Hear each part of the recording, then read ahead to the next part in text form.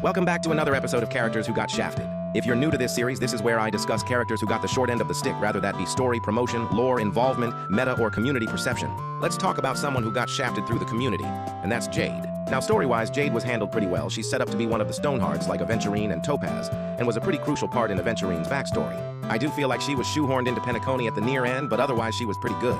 Now, meta-wise, she's a good character, being best in slot for Herta and one of the best picks for pure fiction, easily one of fundamental characters for the erudition path, being one of the characters that brought it back into the light after the release of pure fiction. However, community-wise, she was shafted.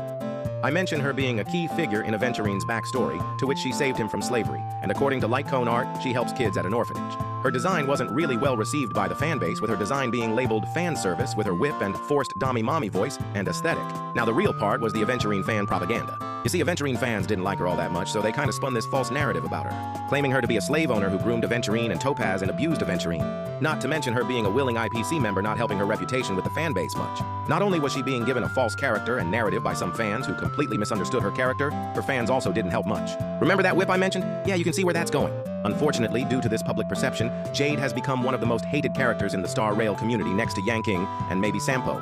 Jade is honestly a pretty good character, and it's unfortunate that she's been given this false character because people didn't like what happened to their favorite character. Well, that's all for today. Let me know what you think, some things I missed, let me know who you think should be here next, and thank you for listening to my Yap Sesh.